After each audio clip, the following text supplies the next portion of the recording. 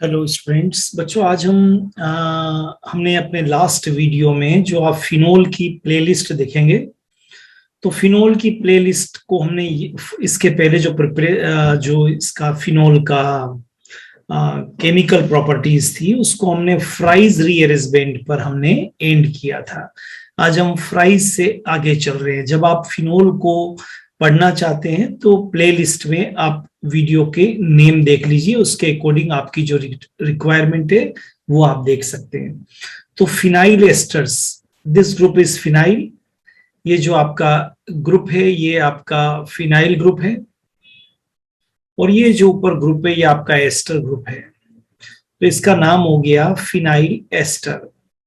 Now this phenyl ester react with AlCl3 anhydrous in the presence of carbon disulfide as a solvent। तो यहां पर एक reaction होती है, उसको बोलते हैं रीअरेंजमेंट रिएक्शन।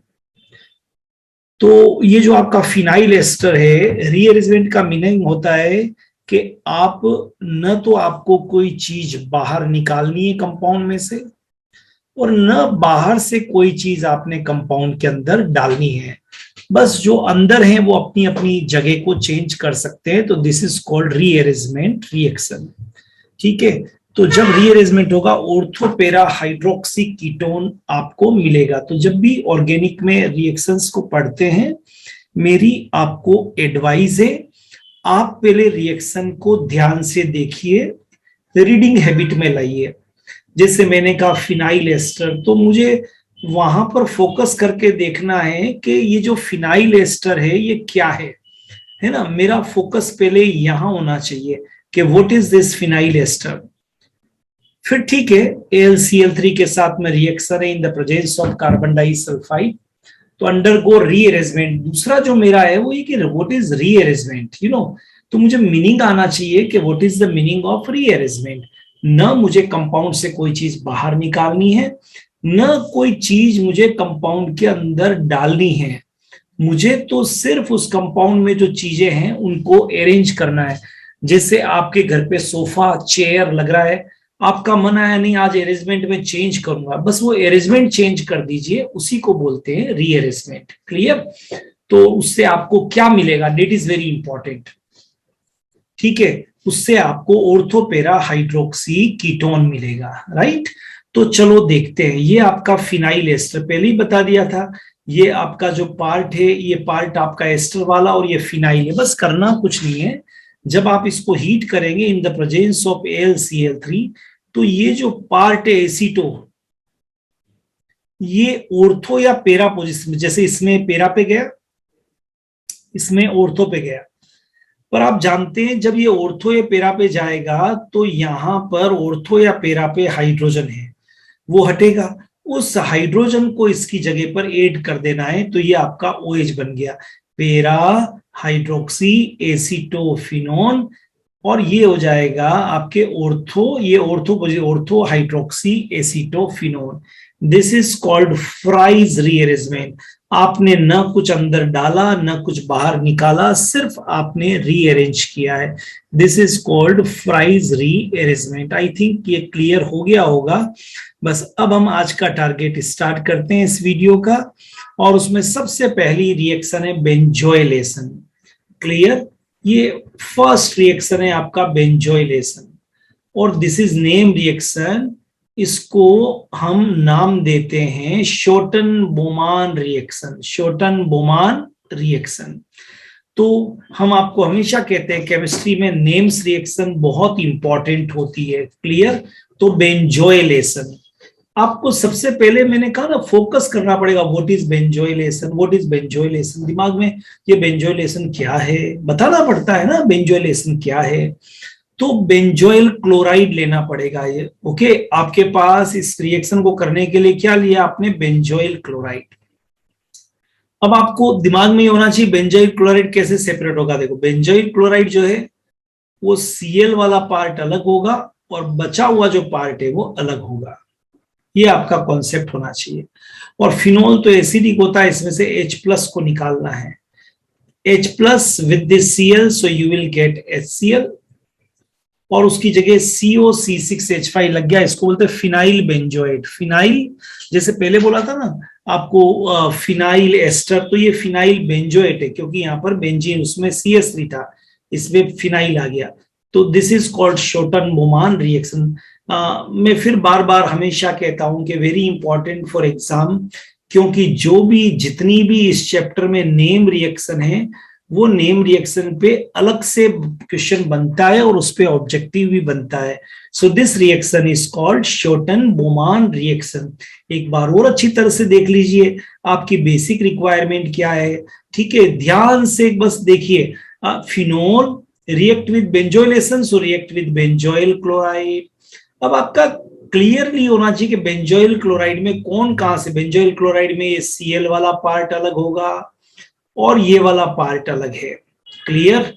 अब केमिस्ट्री का बेसिक रूल है कि प्लस को प्लस हटाएगा, तो कीप इन माइंड ये वाला तो आपका प्लस पार्ट है और ये वाला माइनस है, तो प्लस पार्ट हट रहा है, प्लस को प्लस हटेगा and plus combined with minus, so you will get HCl और COC6H5, this is called phenyl benzoate. Clear, phenyl benzoate. तो ये आपका शॉर्टन बोमान रिएक्शन हो गया। जैसे मैंने इतनी बार बोली, आप सुन रहे हैं, आपको लर्न हो गई, उसी तरह से आप भी ऐसी रिएक्शंस को बार बार बोला करिए, ठीक है, वो आपको लर्न हो जाएगी। अब है वापस नेम्स रिएक्शन, बुचरर रिएक्शन, ठीक है। और ये रिएक्शन क्या है, रिएक्शन विद अमोनिया रिएक्शन, तो फिनोल की कर रहे हैं तो दिस इज फिनोल। ये पूरा OH ग्रुप यहां से हटेगा, अमोनिया के H के साथ में मिलेगा, तो यू विल गेट वाटर। अब बचा क्या यहाँ पर, आपको खुद को मालूम है, जब आपने H निकाल दिया तो NH2, तो आपको मिल जाएगा एनिलीन। क्लियर। और ये जो रिएक्शन होगी, ये रिएक्शन कंप्लीट होगी एनहाइड्रस ZnCl2। एनहाइड्रस ZnCl2 का काम होता है डिहाइड्रेशन, वाटर को बाहर निकालना। जिस भी किसी रिएक्शन के अंदर वाटर बाहर निकलेगा, आप मान के चलिए डेट इज कॉल्ड डिहाइड्रेशन। ये हाई टेम्परेचर के ऊपर होगा इन the presence of anhydrous ZnCl2। अब आप जितनी बार देख सकते हैं, देखिए इस बुचरर रिएक्शन को आइडेंटिफाई करने की कोशिश करिए। Reaction with ammonia, reaction of phenol with ammonia is called Bucherer reaction. अब हो क्या रहा है उस पे फोकस करना है कि ये पूरा OH यहां से हटेगा, which combined with H plus ion of ammonia, so you will get water. ये आपका वाटर का मॉलिक्यूल निकल गया और यहां पर एनिलीन लग गया NH2। क्लियर। तो और वाटर निकालना है तो you need this process is called dehydration, क्योंकि डिहाइड्रेशन का मतलब ही होता है वाटर को निकालना। पर for that purpose you required reagent that is ZnCl2 anhydrous. देखो कितनी अच्छी तरह से रिएक्शंस लर्न हो सकती है। फिर name reaction, reaction with zinc dust. अभी इसी पे फोकस करते हैं, रिएक्शन विद जिंक डस्ट, पूरे को हाईलाइट कर देते हैं, इसी को फोकस करेंगे, ठीक है। अब रिएक्शन विद जिंक डस्ट देखिए, फिनोल डेफिनेटली ZNO है, तो keep in mind this oxygen combine with this zinc, so you will gate ZNO। तो H तो वापस यही रह गया, तो यू विल गेट बेंजीन। तो phenol react with zinc, distillation मतलब गर्म करते हैं इसको, डेल्टा का निशान लगा सकते हैं आप, ओके। इसका मतलब ये है कि आपने रिएक्शन को हीट दिए कंटेनर में लेके डिस्टिलेशन फ्लास्क के अंदर, तो जिंक ऑक्साइड तो बाहर निकल जाएगा और यू विल गेट बेंजीन, ठीक है। ये आपके किसके साथ रिएक्शन है, जिंक डस्ट के साथ में। क्लियर। चलो आगे देखते हैं। Now reaction with PCl5। So reaction with PCl5 में आपको ये पूरा, आपको जस्ट ये OH निकालना है पूरा, और जहां से OH हटाया है वहां पर Cl लगाना है। ये आपका पहले फोकस है कि PCl5 का क्या होगा। एक और चीज ध्यान रखनी है, PCl5 की जगह आपको लिख के दे सकते हैं रेड फॉस्फोरस, ठीक है, रेड फॉस्फोरस आपको लिख के दे सकते हैं, रेड फॉस्फोरस प्लस Cl2, ये लिख के दे सकते हैं आपको, रेड फॉस्फोरस प्लस Cl2, पर इसको देना आपको PCl5 ही है, ठीक है। तो अब देखते हैं रिएक्शन कैसे होती है। एक बार आ जाए, आपको OH को हटाना है, और Cl को लगाना है, तो ये तो बात तय हो गई कि एक Cl यहाँ पर लगेगा, खत्म हो गई, ये कंपाउंड बन गया। ठीक है, अब यहां से जो OH हटाया वो कैसे हटेगा, तो O यहां का एक P और Cl3, तो you will get what, PoCl3, phosphorus oxychloride. लेकिन Cl तो 5 थे ना माय डियर, अभी तो देखिए यहां पर आपने 3 and 1 4 है, तो 1 विद दिस H, इस H के साथ लग जाएगा, तो यू विल गेट HCl। एक बार फिर देखिए, रिएक्शंस को बार बार देखना पड़ता है, रिएक्शन विद PCl5, या फिर मैंने अभी अभी आपको लिख के दिया था, रिएक्शन के लिए मैंने लिख के दिया था आपको यहाँ पर रेड फॉस्फोरस, मैंने आपको कहा था रेड फॉस्फोरस और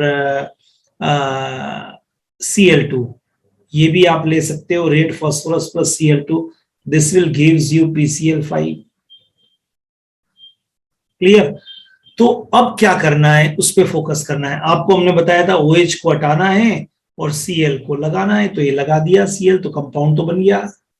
अब ये जो ऑक्सीजन को हटाया, विच कंबाइन विथ वन, ये this oxygen with this P and Cl3, so you will get PoCl3, remaining one Cl with this H, so you will get HCl।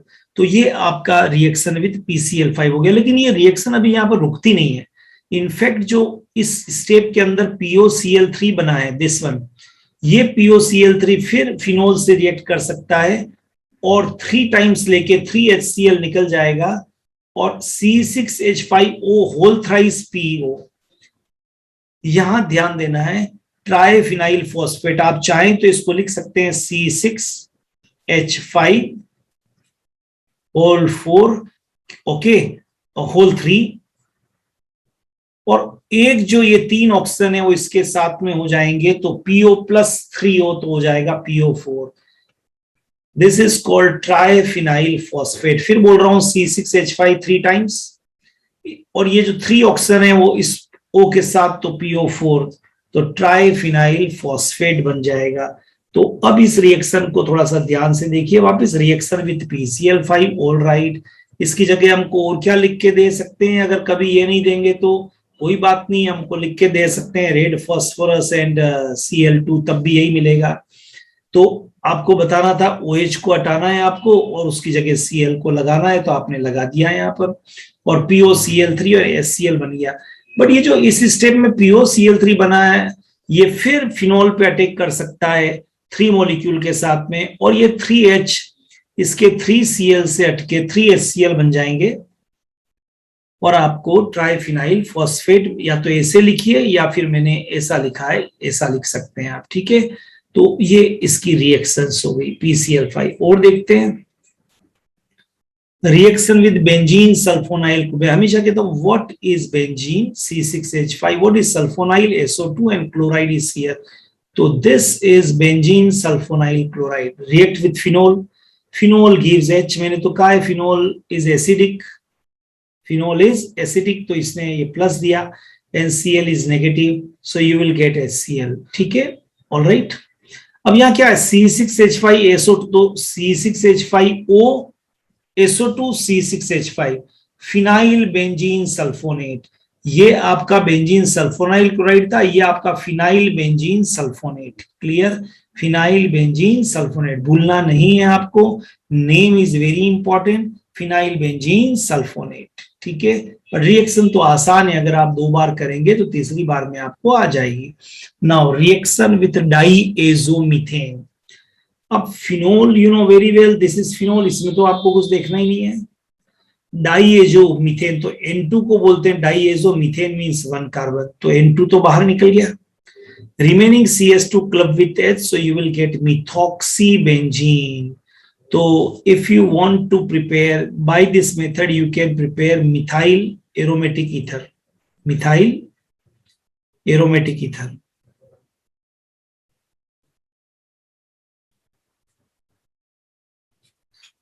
Methyl aromatic ether या methoxy benzene.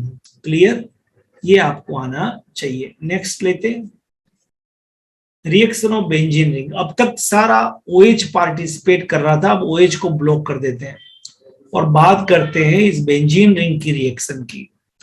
अब benzene में pi bond होते हैं तो it is electron rich. कुछ चीजें तो आपको पहले से आनी चाहिए, इट इज इलेक्ट्रॉन रिच। अब और ये OH आपका गिविंग ग्रुप है तो it is activator and ऑर्थोपेरा director. What is the meaning of activator? जो इस बेंजीन रिंग की तरफ इलेक्ट्रॉन को पुश करेगा और इसकी इलेक्ट्रॉन डेंसिटी को इंक्रीज कर देगा, दैट इज कॉल्ड एक्टिवेटर। इसको एक्टिवेटर कहते हैं, ठीक है। अब benzene ring is stable due to resonance. ये छोटी छोटी चीजें जो आपको आनी चाहिए, बेंजीन में रेजोनेंस होता है इसलिए स्टेबल होती है। और benzene ring is electron rich, तो इस पे कौन अटैक करता है? इलेक्ट्रोफाइल अटैक करता है। क्लियर? क्योंकि ये नेगेटिव है तो E+ अटैक करेगा, तो इट मींस हम लिख सकते हैं कि इसकी जो रिएक्शन है बेंजीन रिंग की, वो इलेक्ट्रोफिलिक सब्स्टिट्यूशन रिएक्शन है, जिसमें बेंजीन रिंग से H को आपको हटाना है और उसकी जगह इलेक्ट्रोफाइल लग जाएगा। तो आपने एक और चीज आज कर ली कि what is the characteristic reaction of this benzene ring in phenol? Electrophilic substitution reaction. अब देखते हैं कि ऑर्थोपेरा पे क्यों लगेगा। तो हमने ये पहले आपको फिनोल का रेजोनेंस स्ट्रक्चर बता दिया था, ठीक है। फिनोल का हमने आपको बहुत पहले रेजोनेंस स्ट्रक्चर पहले वीडियो में बता दिया था। देखते हैं, this is electron giving group, तो इसने इलेक्ट्रॉन दिया यहाँ पर और ये आगे गया तो ये नेगेटिव आ गया, ये पॉजिटिव। ये फिर आगे गया तो इधर बॉन्ड बनेगा, ये बन गया देखिए, और ये आगे गया तो इधर इलेक्ट्रॉन आ गया। फिर इधर आएगा तो देखिए इस तरफ बॉन्ड बनेगा और ये आगे चला जाएगा। एंड फाइनली ये भी इधर आएगा तो इधर बन जाएगा और ये वापस अपनी जगह चला जाएगा। तो ऑर्थोपेरा साइड्स आर इलेक्ट्रॉन्स। देखो यहां भी नेगेटिव आया था, यहां भी नेगेटिव आया था और यहां भी नेगेटिव, और अटैक करना था इलेक्ट्रोफाइल को। तो electrophile attack on ortho and पेरा पोजीशन, क्योंकि OH group is ऑर्थोपेरा director. Clear? तो ये पहले आपको बेंजीन रिंग की रिएक्शन आनी चाहिए कि जिसको भी जाना है वो ऑर्थो और पेरा पोजीशन पर जाएगा, है ना, ऑर्थोपेरा डायरेक्टर। अब ये ब्रोमिनेशन देखते, पहली रिएक्शन देखते हैं, ब्रोमिनेशन। और केमिस्ट्री में जो भी कुछ हटकर है वही एग्जाम का क्वेश्चन है, इसलिए मेरी ये रिएक्शन थोड़ी सी इंपॉर्टेंट हो गई। ब्रोमिनेशन ऑफ 2 टाइप्स, ये एग्जाम में भी ऐसा क्वेश्चन आपसे पूछा गया है।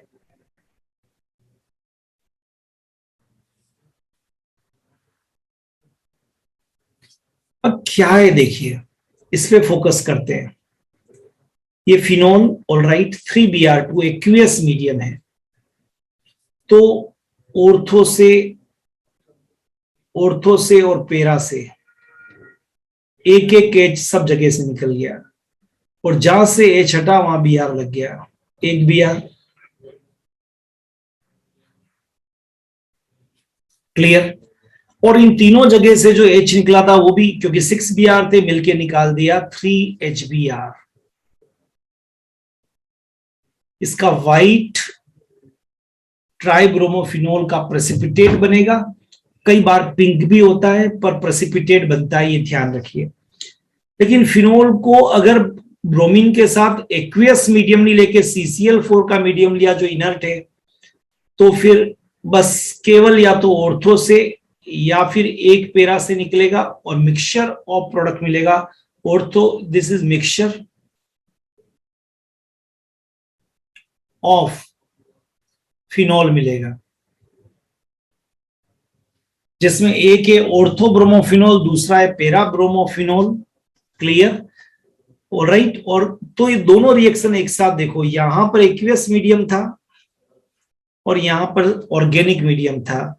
अगर इन दोनों को आप देखेंगे तो आपको समझ में आएगा कि दोनों रिएक्शन की इंपॉर्टेंस क्यों है एग्जामिनेशन पॉइंट ऑफ व्यू से। एक्वियस लेने पे ट्राइब्रोमोफिनोल मिलेगा, जबकि CCl4 में ब्रोमीन लेने पर ऑर्थो ब्रोमोफिनोल और पेरा ब्रोमोफिनोल मिलेगा। ठीक है, चलिए देखते हैं आगे। क्लोरीनेशन ऑफ फिनोल देखते हैं। What is chlorination of phenol? ये तो बात तय हो गई कि क्लोरीन को अपने को ऐड करना है, उसके लिए Cl2 लेना पड़ेगा। क्लियर? तो सबसे पहले फिनोल के 2 मॉलिक्यूल ले लीजिए, Cl2 के भी 2 मॉलिक्यूल ले लीजिए, और कैटलिस्ट तो लेना ही पड़ेगा। बस अब होता क्या है, इनफैक्ट ये जो आपका FeCl3 है, ये Cl2 से रिएक्ट करता है and this will gives FeCl3 minus plus Cl plus. तो यहाँ अटैक के लिए कौन है अपने पास में? Cl प्लस, ये ध्यान रखना है। तो या तो वो ऑर्थो पे जाएगा और या फिर वो कहाँ जाएगा? पेरा पे जाएगा। देखिए ऑर्थो पर या फिर पेरा पर, ऑर्थो पेरा क्लोरोफिनोल। ठीक है, तो ये भी आपको आनी चाहिए। It is called chlorination. Benzene ring की रिएक्शन हो रही है, ठीक है, बेंजीन रिंग की रिएक्शन हो रही है। ओके, और इसमें क्या हो रहा है? जो इलेक्ट्रोफाइल है उसका आपका नॉलेज होना चाहिए। इलेक्ट्रोफाइल इसमें कौन सा है? Cl प्लस है, जो इन दोनों ने आपस में रिएक्शन करके दिया, जिसको लिखने की जरूरत नहीं है। और ये या तो ऑर्थो पे जाएगा, पेरा पे जाएगा और अपने अंदर से HCl को निकाल देगा। ठीक है, चलिए नेक्स्ट वन देखते हैं, नाइट्रेशन ऑफ फिनोल। यहां पर फिनोल का नाइट्रेशन करना है। अब नाइट्रेशन करने के लिए आपको किसी एजेंट की जरूरत होगी। That agent is called nitrating agent. तो यहां पर हमने नाइट्रेशन के लिए HNO3 लिया है ना, यहाँ हमने और वो भी डाइल्यूट लिया है HNO3। बस अब करना क्या है, आपको OH को, बेंजीन रिंग की रिएक्शन, इसलिए OH को नहीं है, OH तो लोग है यहाँ पर, OH को तो आप कुछ नहीं कर सकते हैं क्योंकि ये आपके बेंजीन रिंग की रिएक्शन है। बस अब इसके ऑर्थो और पेरा पोजीशन से H निकलेगा। देखिए ऑर्थो पोजीशन से अगर मान लीजिए H निकलता है, विच कंबाइंड विथ OH, तो यू विल गेट H2O। दो मॉलिक्यूल है इसलिए दो लेने पड़े आपको। और रिमेनिंग क्या बचेगा यहाँ पर? NO2। या तो ऑर्थो पे जाएगा या पेरा पे, तो ऑर्थो नाइट्रोफिनोल एंड पेरा नाइट्रोफिनोल। ठीक है, ये दोनों ही कंपाउंड इंपॉर्टेंट है। अब यहाँ एक क्वेश्चन पूछता है कि ऑर्थो नाइट्रोफिनोल फ्रॉम पेरा नाइट्रोफिनोल कैसे स्टीम डिस्टिलेशन से आप अलग कर सकते हैं? ओके, किस मेथड से बोला है? स्टीम डिस्टिलेशन से। हाउ, व्हाई ऑर्थो एंड पेरा nitro separated from by steam distillation? मतलब स्टीम नॉर्मल डिस्टिलेशन है, स्टीम मतलब डिफिकल्ट है, डिस्टिलेशन इज डिफिकल्ट, ऑर्डिनरी नहीं है, डिस्टिलेशन इज डिफिकल्ट। चलो अब यहां पर आप देखिए, ये है आपका ऑर्थो नाइट्रोफिनोल और ये पेरा। हाइड्रोजन बॉन्ड तो यहाँ भी है, हाइड्रोजन बॉन्ड यहाँ भी है, लेकिन यहाँ जो हाइड्रोजन बॉन्ड है वो इंटरमोलिक्यूलर, दो मॉलिक्यूल के बीच में है, मोस्ट स्टेबल। लेकिन यहाँ पर जो है इंट्रा, और ये लेस स्टेबल है, इसलिए ये तो नॉन वोलेटाइल है विथ स्टीम, क्योंकि ज्यादा स्टेबल है, और ये जो है वो स्टीम के अंदर जो है वो वोलेटाइल है। क्लियर? इसलिए जब आप इसमें स्टीम से इसको आप गर्म करेंगे तो ऑर्थो तो स्टीम के साथ में जो है वो लेस स्टेबल है, वो स्टीम के साथ में वोलेटाइल बाहर आ जाएगा, जबकि ये जो पेरा वाला है ये सॉल्यूशन के अंदर ही रहेगा। तो ऑर्थो और पेरा में डिफरेंस हम कर सकते हैं और सेपरेट भी कर सकते हैं इनको। ठीक है, अब देखिए नाइट्रेशन ऑफ फिनोल विथ, वो तो डाइल्यूट के साथ था, अगर कॉन्सेंट्रेट के साथ हो तो क्या करेंगे? तो फिर एक ही बार में यहां से भी H निकल जाएगा, यहां से भी H निकल जाएगा, यहां से भी H निकल जाएगा, और इन तीनों जगह पर NO2 आ जाएगा। ट्राई नाइट्रोफिनोल, जिसको पिक्रिक एसिड करते हैं, although acidic group is not there but it is called picric acid. अब आप देखिए HNO3 में से आपने क्या लगाया? NO2, तो हर जगह OH, 3 टाइम्स OH बन गया, which combine with H plus, this H plus, this H plus, and you will get thrice H2O। तो ये पिक्रिक एसिड भी बड़ा इंपॉर्टेंट कंपाउंड है, ध्यान में रखना। ठीक है, अब है sulphonation of phenol. Sulphonation of phenol, sulphonation of phenol का मतलब है कि आपको सल्फ्यूरिक एसिड से रिएक्शन करवानी है। तो ये आपने कॉन्सेंट्रेट सल्फ्यूरिक एसिड से रिएक्शन कराई, तो ये कौन सा इलेक्ट्रोफाइल? ये देता है SO3H। SO3H तो डेफिनेटली एक बार ऑर्थो पे जाएगा और एक बार पेरा पे जाएगा और ट्वाइस H2O निकल जाएगा। तो ऑर्थो पेरा hydroxy benzene sulphonic acid. This is all about, ये आपकी सारी रिएक्शन चल रही है ना। बट अब हम एक बहुत इंपॉर्टेंट रिएक्शन की तरफ चलेंगे और वो है अपना Friedel crafts reaction. Clear? Examination point of view से ये बहुत इंपॉर्टेंट रिएक्शन है फ्रीडल क्राफ्ट रिएक्शन। क्या होता है इसमें, दो होता है, एक तो एल्काइलेशन होता है फ्रीडल क्राफ्ट में और एक एसिटा, दोनों में से कोई, दोनों का नाम यही है, फ्रीडल क्राफ्ट एल्काइलेशन है, फ्रीडल क्राफ्ट एसाइलेशन। कुछ फर्क है।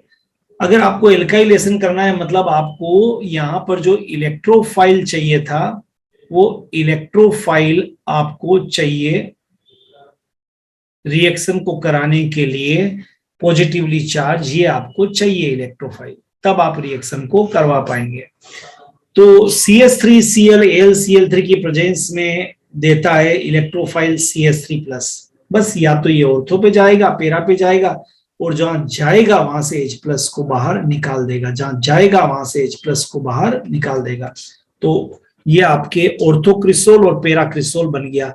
तो Friedel Crafts, there are two types of Friedel Crafts. One is Friedel Crafts alkylation, जिसमें मुझे एल्काइल ग्रुप को ऐड करना है। Another is Friedel Crafts acetylation, जिसमें मुझे बेंजीन रिंग में RCO+ एसिटाइल ग्रुप को मुझे ऐड करना है। तो मैं पहले फ्रीडल क्राफ्ट एल्काइलेशन कर लेता हूं। तो CH3+ को, इलेक्ट्रोफाइल को मुझे ऐड करना है, ठीक है। तो just try to understand, CH3Cl AlCl3 के प्रेजेंस में आपको इलेक्ट्रोफाइल देगा जो या तो ऑर्थो पर या पेरा पे जाएगा और H+ ट्वाइस HCl निकल जाएगा, ठीक है। हर चैप्टर में फ्रीडल क्राफ्ट आएगी। अब फ्रीडल क्राफ्ट एसिटाइलेशन, तो फ्रीडल क्राफ्ट एसिटाइलेशन में हम क्या करेंगे, देखिए एसिटाइल क्लोराइड लेंगे और HCl। अब हमको COCH3 ग्रुप को ऐड करना है, ये acetylation, this group is called acetyl. Clear. तो CH3COCl और AlCl3 रिएक्ट करेंगे and you will get, just try to understand, CH3CO+ is electrophile. बस या तो ऑर्थो पे जाएगा या फिर पेरा पे जाएगा।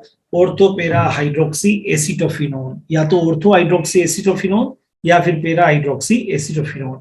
फ्राइज रीअरेंजमेंट में भी ये आया था, ठीक है। चलिए इस लेक्चर की लास्ट रिएक्शन को देखते हैं, reaction of phenol with mercuric acetate. Clear. फिर हम केमिकल रिएक्शन का एक और वीडियो देखेंगे, फिनोल विद मर्क्यूरिक। तो दिस इज मर्क्यूरिक एसीटेट, ये जो आपका है ये मर्क्यूरिक एसीटेट है। 2 मॉलिक्यूल ले लिया। अब आपको मालूम है ऑर्थो पर H है या फिर पेरा पे H, यहीं से निकलेगा। तो मान लीजिए एक बार ऑर्थो से H निकला, तो एक बार जब ऑर्थो से निकला तो ये CH3CO है, तो यहां पर CH3, इसका एक मॉलिक्यूल COOH तो बाहर आ गया। क्लियर। अब यहां पर CH3CO बचा, तो CH3COHG एक बार, CH3COHG 2 बार। क्लियर। तो कैसे 2 बार, मतलब एक बार ऑर्थो पर और एक बार पेरा पर, तो 2 बार नहीं है, मतलब ऑर्थो पेरा दोनों पे साथ साथ ही होगा। देखो CH3 ये ऐसा है, अगर आप कुछ कंफ्यूजन में है तो OOCCH3 OOCCH3 and this bond is cleaved from here. तो CH3CO is negative which club with, जो यहां से ऑर्थो से निकला था पेरा से, तो ये बन गया CH3COH, और CH3COOHG, CH3COHG या तो ऑर्थो पर या पेरा पर। ऑर्थो पेरा alkoxy mercuric phenol, mercury ortho पेरा एसिटॉक्सी मर्क्यूरिक फिनोल। फिनोल तो है ही आपको नजर आ रहा है, और मर्क्यूरिक फिनोल, ठीक है, ये आपको आना चाहिए। तो this is all about first part of chemical reaction. अब हम सेकंड पार्ट केमिकल रिएक्शन का करेंगे, इसमें कोल्बेज, राइमर टीमान, कुछ इंपॉर्टेंट रिएक्शंस को करेंगे। तो देखिए ये बात बड़ी इंपॉर्टेंट है, मैं आपको बताना चाहता हूं कि जब भी आप केमिकल प्रॉपर्टीज पढ़ेंगे तो पहले रीडिंग लगाइए, नेम रिएक्शन है उसको पढ़िए, हाथ में एक पेन रखिए और रफ पेज के ऊपर वर्कआउट करिए। मेरे ख्याल से कोई दिक्कत नहीं आएगी, थोड़ा सा एक बार लर्न तो करनी पड़ेगी। तो मैंने लर्निंग की जो टेक्निक है वो यही है कि लिख के करिए। एक बार आपने पढ़ा फिर बिना देखे लिखिए, एक बार आपने पढ़ा फिर बिना देखे लिखिए, कितना टाइम लगता है वो भी नोट कर लो। फिर दूसरी बार करोगे तो टाइम और कम हो जाएगा और रिटेंशन वो परमानेंटली आपके दिमाग में चला जाएगा। तो इस तरह से ऑर्गेनिक को पढ़ने की कोशिश करिए। और वीडियो देखना है तो प्लेलिस्ट में जाके नाम डाल के वो वीडियो देख सकते हैं। All the best, have a great time.